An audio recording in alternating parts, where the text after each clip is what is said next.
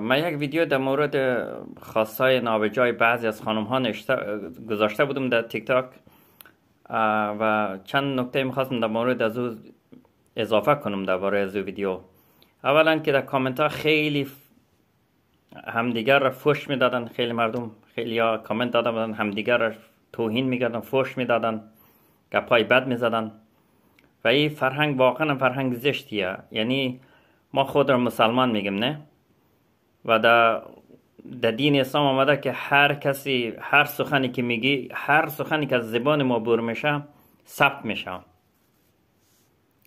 هر گپی که از این زبان بدر میشه ثبت میشه در نامه اعمال ما. ای که تهمت های ناروا، یک همدیگر را فوش پدر مادر دادن، آلت تناسلی یاد کردن، واقعا شرم نمیخوریم به خدا. واقعا هم جای شرم است. ممکنه خواهر تو، ممکنه چی میدانم فامیل تو توی همین توی تیک تاک باشه، توی نمیدانم ببینه این ویدیو را، ببینه بالاخره، یا ای که کامنت های رو بخونه. هر کدوم از ما ناموس داریم. این چیه که آلت تناسلی خود فلان کردی، چنان کردی توی کامنت ها، توی شبکه مجازی یاد میکنیم. بعد خودمون مسلمان میگیریم و میدانیم که هر گپی که میزنی ثبت میشه، در نامه اعمالتان ثبت میشه، روزی پاسخگو میشین. یکی یک نفر تهمت بزنی مادر شده و بزنی نسبت ناروا به مادرش، به ناموسش بدی، تو هر تهمتی به یک نفر که در دین اسلام آمده، هر کسی که تو به یک نفر، به ناموس یک نفر تهمت ناروا بزنی، او را چی میدانم زنازاده بخوانی یا دیگه بخوانی، تو باید 4 تا شاهد بیاری، 4 تا شاهد ثابت کنی که واقعا زنازاده است. وگرنه تهمت میشه. میدونی که برید اگر در مورد جزای تهمت زدن، آبروی یک انسان را بردن، اگر در مورد جزای زو در اسلام نمیدانید، برید از مولویا و از ملایخ پرسان کنید یا خودتان در اینترنت تحقیق کنید. چیه که در رسانه ما میبینم، نه تنها اینجا که حالا از ما مردم افغانستان مخصوصا که سلیبریتی ما و نفر مشهور ما کسی که نجیب بروده که با دو زدن مشهور شده، دیگه چی گله ازه. او خودش نشان از یک هویت، از یک فرهنگ، یک کشور را، یک ملت را میده. با کسی که با دو زدن، کسی که تمام روز آلت تناسلی یاد کردن، خجالت بکش. مرگ به مشیر که خورده، حیف مشیر. واقعا به کدام خانه تربیت، به چی سفره تربیت شده که تو تمام روز آلت تناسلی خود در شبکه، تو ناموس نداری؟ خب همون لامسه به هر کس داره. خب تمام روز ریاضت کرده با دو زدن.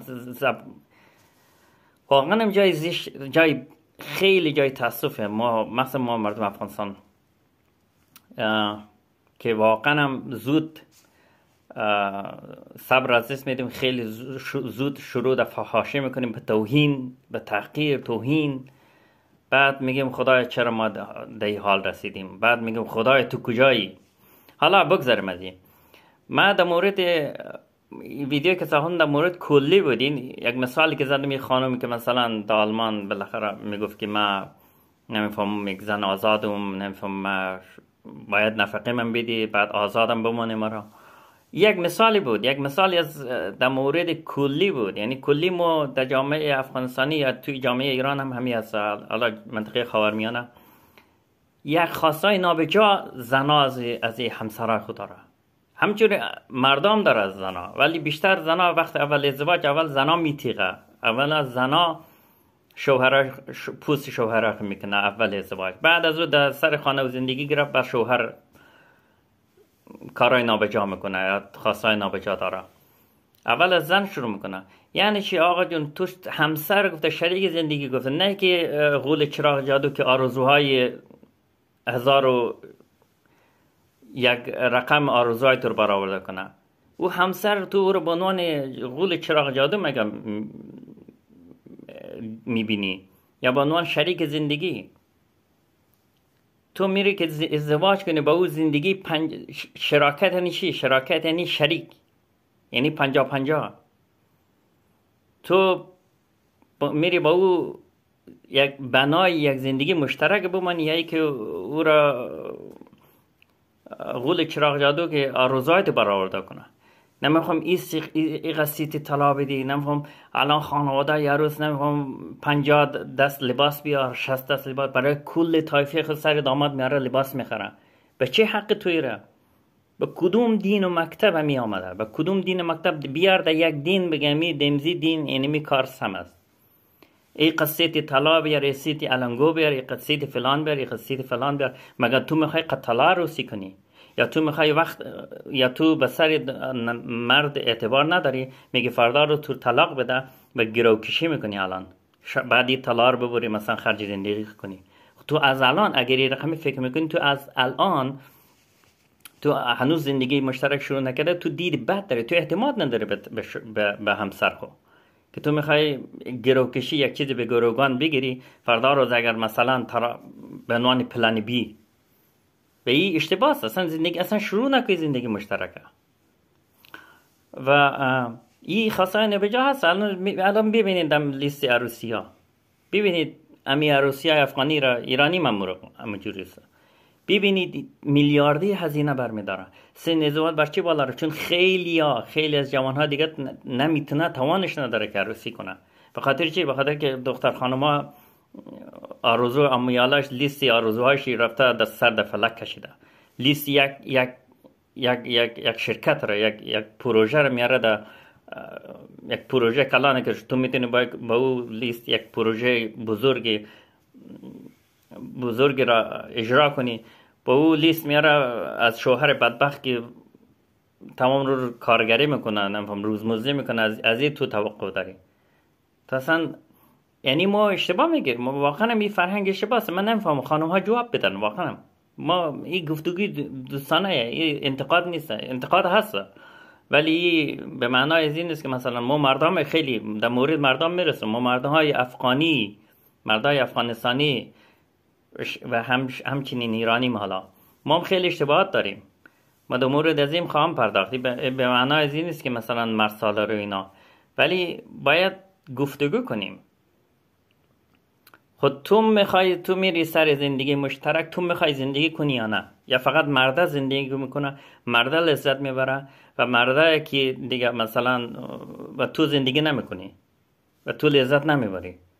خود تو میری سر یک زندگی مشترک، وقتی میری تو قرار زندگی، تو قرار خانه تشکیل بدی، تو قرار سر و سامان بگیری. همونطور که مرد قرار خانه تشکیل بده، مرد قرار سر سامان بگیره.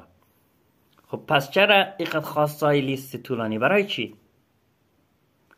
برای چی؟ مثلا برای چی؟ اصلا منطق همی کار برای من بگو.